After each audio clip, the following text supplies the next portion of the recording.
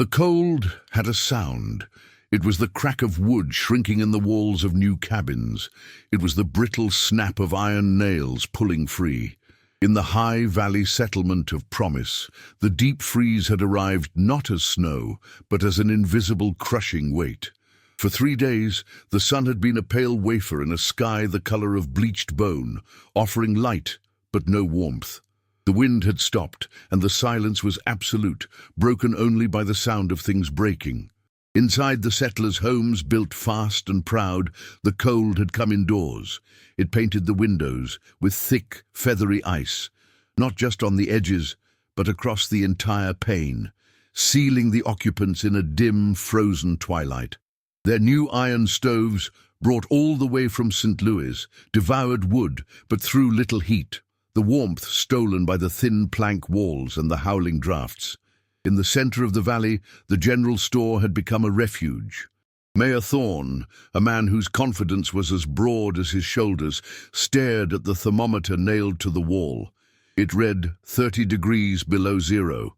That was inside. Outside, no one knew. No one wanted to know. The town's livestock was frozen solid in the lean-tos, silent statues of failed preparation. The men, women, and children of Promise huddled together, their blankets useless, their breath pluming in the air. They were miners and merchants and farmers, sold on the dream of a new beginning, and they were freezing to death in their own homes. Their pride had frozen first. They had built a town to defy the mountains, to impose their will upon the high country. Now the high country was imposing its will upon them. They had mocked the man who lived apart. High up the slope, where the pine turned thick and the granite shoulders of the peaks began, sat a cabin. It was barely visible. It did not stand tall. It crouched. It was built low, dug into the hillside, its roof thick with sod and now covered in a deep, insulating blanket of snow. It looked more like a badger's den than a human home. From its chimney, a thin, lazy ribbon of smoke rose straight into the paralyzed air. It was not the desperate, frantic plume of a fire fighting for its life. It was the calm, steady breath of a fire that was content. Inside that cabin lived Silas. He had been there first. He had watched them arrive, watched them build their square, hollow boxes, and he had said nothing. He had just continued his work, sinking his foundation deep into the earth, banking his walls with the soil and stone of the mountain itself. They called it Silas's Folly. They called him the Digger. Now, in the failing light, every eye in the general store turned toward that thin column of smoke. It was the only sign of life in a valley that was being claimed by the ice. The mockery had died in their throats, replaced by a cold, sharp fear. They had run out of wood, they had run out of time, and the man they had ridiculed held the only warmth left in the valley. The fire crackles low, the wind outside finds the gaps in the walls, a reminder of the cold in this story. It makes you pull the blanket a little tighter. It is a tale of a different kind of survival, not of the gun, but of the stone and the sod. As this story unfolds, I find myself wondering where you are listening from, what valley or city or plain holds you tonight. Leave a word in the comments below, if you feel the inclination. Let us know what part of the world shares this fire with us. Now, let us return to the valley and to the man who built against the freeze, long before the freeze arrived. Silas had come to the valley 5 years before the wagons. He came not with an axe to conquer, but with a shovel to listen. He had spent his first season not building, but watching. He watched where the snows piled deepest in winter. He watched where the meltwater ran in the spring. He observed the way the Ute, passing through on their summer hunts, made camp, always on the leeward side of a ridge, always protected by the granite, never exposed on the valley floor. He watched the marmots, the bears, the badgers. He saw that nothing in the high country survived by fighting the elements. It survived by respecting them, by using the mountain itself as a shield. When he finally chose his spot, it was halfway up the north slope, facing south, tucked into a natural bowl in the hillside. He began to dig. He dug into the earth, using the planet's own warmth as his foundation. He built his walls thick, fitting stone against stone with the patience of geologic time. He did not build with milled planks, thin and weak. He used heavy, rough-hewn logs for the frame, but the real walls were the earth. He banked the dirt and sod high against the structure until the cabin seemed to be growing from the land itself. The roof was a marvel of low-tech wisdom, layered with sod and native grasses, angled perfectly to hold the snow. He told himself that snow was not an enemy. Snow was a blanket. The settlers, when they arrived the following year, found him finishing his chimney, fitting river stones together with mud and lime. Mayor Thorne, stepping down from a fine horse, had laughed. "My good man," Thorne had boomed, "you've built yourself a burrow. We're building a town here, a testament to progress. You should come down and see how real homes are built." Silas had just nodded, wiping his hands on his buckskin trousers. "This'll hold the heat," he'd said, his voice quiet. "The earth holds the heat." Thorne and the others built their town on the valley floor, wide open to the wind. They built fast, with thin walls and tall, impressive facades. They brought glass for their windows, a luxury that Silas had avoided, using scraped hide instead. They mocked his small, south-facing windows. They mocked his sod roof. "What happens when it rains inside?" they joked at the general store. Silas never went to the general store. He traded his furs with the Ute, and he prepared. He spent his summers cutting and curing wood, stacking it in a deep shed connected to his cabin by a covered walkway. He didn't just cut pine, he cut aspen and oak from the lower canyons, wood that would burn slow and hot. He was not preparing for winter, he was preparing for the winter. The kind the old Ute shaman had warned him about, the one that comes every 20 years, the one they called the White Silence. When the first settlers scoffed at his preparations, he offered a simple warning. "The valley floor floods," he said, "and the wind scours it." They told him their iron stoves were the latest technology. He simply looked at the sky and went back to chinking his walls with mud. The deep freeze did not arrive like a storm. It arrived like a judgment. The sky turned a pale, sickly green at dusk, and the air became utterly still. The usual sounds of the high country, the cry of the hawk, the chatter of squirrels, the whisper of wind through the pines, all ceased. It was a silence so profound it was deafening. Silas, standing outside his cabin, felt it on his skin. It was not just cold, it was an absence. The air felt thin, brittle. He went inside. He checked the seal on his door, a thick, bearskin-lined plank. He checked his flue. He laid his fire not as the settlers did, large and roaring, but as he had learned, small, compact, and surrounded by soapstone. The stones would soak up the heat and radiate it back long after the flames died down. He banked the fire to burn slow.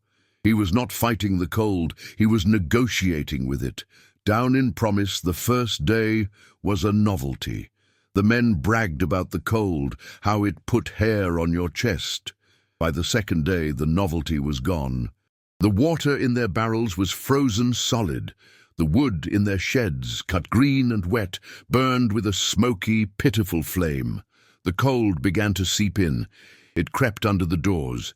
It poured through the glass windows. It found every crack in the hurried planking. By the third morning, the town was dying.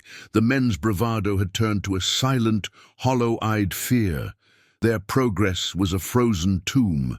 Mayor Thorne's wife was weeping, her hands wrapped in rags, her fingers already showing the pale, waxy signs of frostbite.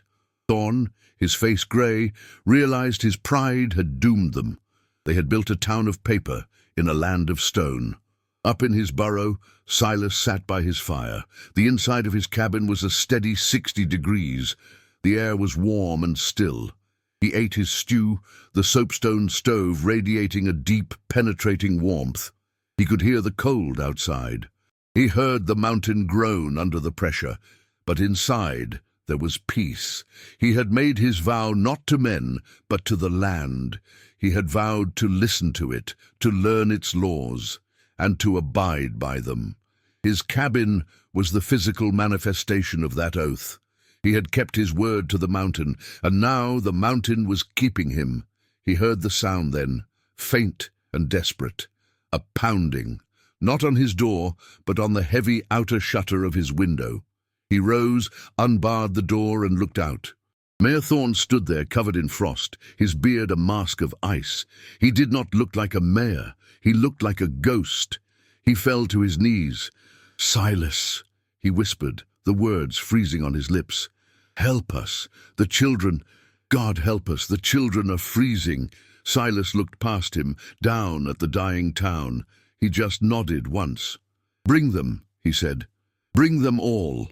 The journey up the slope was an agony. It was only half a mile, but in the crushing cold it felt like 100. Silas went down with Thorne, carrying heavy buffalo robes. They found the townspeople huddled in the dark general store, their last fire dead. They were quiet. The cold had stolen their voices. Silas moved with purpose. He wrapped the children first, lifting the smallest ones into his arms. "The path is clear," he said. "Walk slow. Do not breathe deep. Come." They followed him like sheep, a ragged, stumbling line of ghosts against the snow. They climbed the path he had worn, the one they had mocked, and came to his cabin. When Silas opened the door, the warmth spilled out like a physical thing. It was not the dry, scorching heat of an iron stove. It was the damp, earthy warmth of a living place. The settlers piled in, their eyes wide with disbelief. The small, low-ceilinged room should have been cramped. Instead, it felt safe. It felt like a womb. They filled every corner, the children placed closest to the soapstone stove. There were nearly 30 of them in a space built for one, but the air remained warm. The walls themselves, packed with earth and sod, held the heat. The snow on the roof, 5 feet deep, was the greatest insulation of all. Silas moved among them, handing out cups of hot broth. He said nothing of their mockery. He did not say, "I told you so." His honor was not built on the humiliation of others. It was built on the strength of his work. He had proven his point not with words, but with survival. On the 5th day of the freeze, new men arrived. They were not settlers. They were officials from the territorial capital, sent to inspect the new settlement of Promise and validate its land claims. They were led by a man named Captain Harrelson, an engineer for the army, a man who believed in mathematics and regulations. They rode into the valley and found a ghost town. They saw the frozen livestock, the shattered windows, the dead chimneys. Harrelson assumed the worst. He believed the entire settlement had perished. Then his scout saw it, the thin, steady plume of smoke from Silas's cabin. Harrelson and his men drew their weapons. They assumed they had found squatters, or perhaps a band of Ute who had taken over after the settlers died. They rode up the slope, dismounted, and kicked open the door. They expected a fight. They found a nursery. The cabin was dim, quiet, and warm. Harrelson stopped, his pistol lowering. He saw Mayor Thorne, his rival for political control of the valley, sitting on the floor, sharing a blanket with a miner's child. He saw the entire populace of Promise, alive and well, packed into this hole in the ground. "Thorne," Harrelson said, his voice sharp with confusion. "What in God's name is this?" Thorne just pointed. "This," he said, "is the man who saved us." Silas was at the stove, adding a single small log to the fire. Harrelson, the engineer, was baffled. He looked at the thermometer he carried. It was 41 below zero outside. Inside, it was 62 degrees. He looked at the tiny, efficient fire. "This is impossible," he muttered. He began his inspection. He checked the heat loss. He put his hand on the walls. They were not cold. They were warm. He looked at the sod roof, the deep-set windows, the stone-lined stove. He ran his gloved hand along the joints. "Who built this?" he demanded. Silas turned. "I did." Harrelson stared at him, then at the settlers, then back at the cabin. The reckoning was not one of violence. It was one of pure, undeniable fact. The official progress in the valley was a frozen failure. The ridiculed burrow was a masterpiece of thermal engineering. The freeze held for 2 more days. Captain Harrelson, the engineer, did not spend his time asserting his authority. He spent it with Silas. He sat on the floor with a notebook and a piece of charcoal, sketching the layout of the cabin. He asked Silas about the foundation, the depth of the earth banking, the composition of the mud chinking. Silas, seeing the man's genuine curiosity, explained. He spoke of the mountain.